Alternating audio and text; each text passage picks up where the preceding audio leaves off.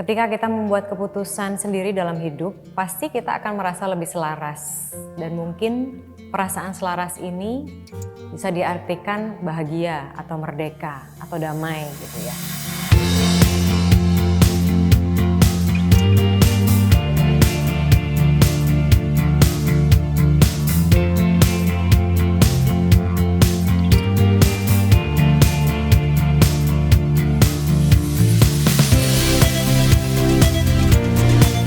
Yaitu memberi waktu ya, memberi waktu untuk diri sendiri. Kalau kata filsuf modern Alain de Botton di School of Life, kalau nggak salah siapa yang bilangnya, dia juga meng-quote satu filsuf kalau nggak salah. Lupa saya, filsuf yang lebih tua gitu. Dia bilang dalam satu hari itu kamu harus punya momen untuk dirimu sendiri. Dalam satu hari 24 jam tuh kalau nggak salah dia bilang 10 menit aja sama diri sendiri. Diri sendiri tuh dalam arti gini ya, bukannya sendirian terus main HP, itu kan juga nggak sendirian, ya kan? Kayak, gue ditemenin nih, lagi WhatsAppan sama temen gue, agak sendirian juga. Jadi bener-bener sendiri gitu, nulis kek, diem kek, ngopi kek, ngeliatin apa kek, sendiri, pokoknya sendiri. 10 menit aja. Saya rasa itu salah satu bentuk konkret ya dari cinta diri adalah memberikan waktu untuk mendengarkan diri sendiri, minimal 10 menit. That's easy, I think. Jadi itu tadi, saya suka bersih-bersih, baca buku ya. Saya tuh lucu, saya baru sadar sesuatu. Saya suka beli buku, karena saya suka dengan topiknya. Tapi kalau misalnya timing dan suasana hatinya tuh belum pas, buku itu nggak akan saya angkat gitu, nggak akan saya baca. Saya tuh beli satu buku namanya Radical Compassion dari Tara Brach. Udah lama nih, setahun paling saya beli bukunya. Nggak pernah saya baca gitu. Tiap kali saya nyoba baca, moodnya nggak pas nih gue. Kayaknya belum selaras. Terus tiba-tiba waktu beberapa minggu terakhir ini karena ketidakpastian dalam hidup saya, seperti ketidakpastian dalam hidup banyak teman-teman juga, saya angkat buku ini dan saya ngerasa, this is what I need.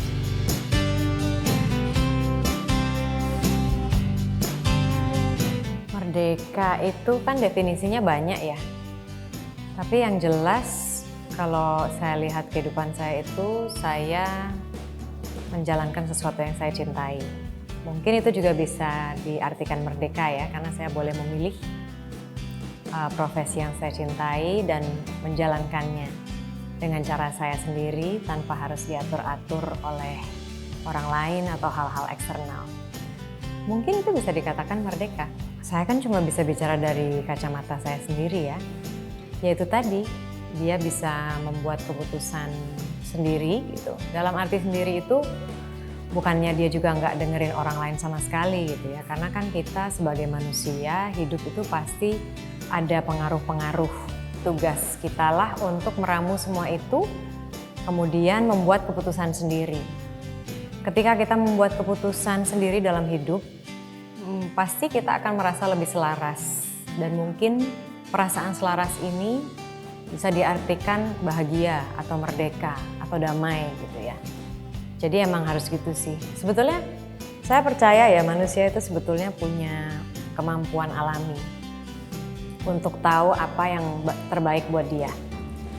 Hanya kita memang butuh untuk memberikan diri kita waktu itu untuk sendiri, ngobrol sama diri sendiri, dengerin diri sendiri setelah sudah selesai mendengarkan yang lain.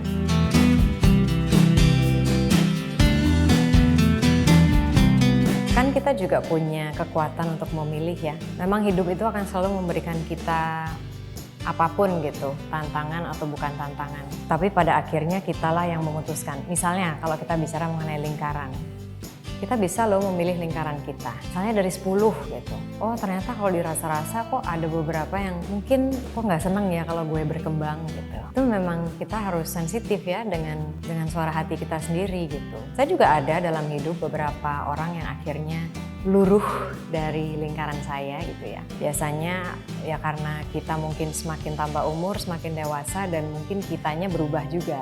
Memang secara alami lama-lama orang-orang yang tidak lagi cocok gitu ya, apakah saya tidak cocok dalam lingkaran mereka atau mereka tidak cocok dalam lingkaran saya, kita akan secara alami mencari arahnya masing-masing. And that's okay.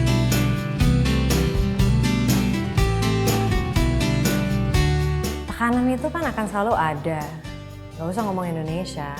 secara global juga ada yang model-modelan kayak gitu. Oke, memang itu tantangan besar ya untuk kita sebagai perempuan.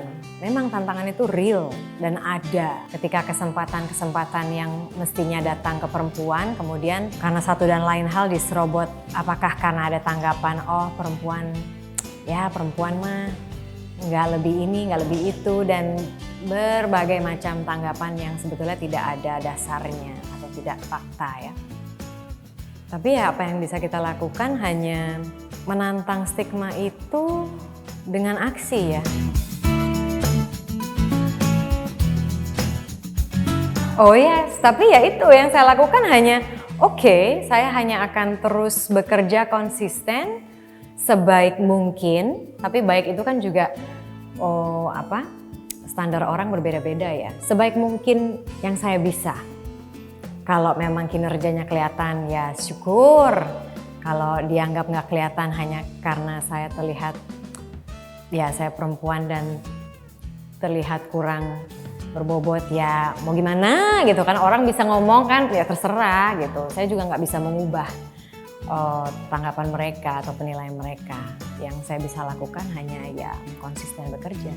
No, I think it's amazing ya untuk bisa mendapatkan apresiasi dari teman-teman industri sinema gitu. Jadi itu perasaan yang luar biasa sekali sih.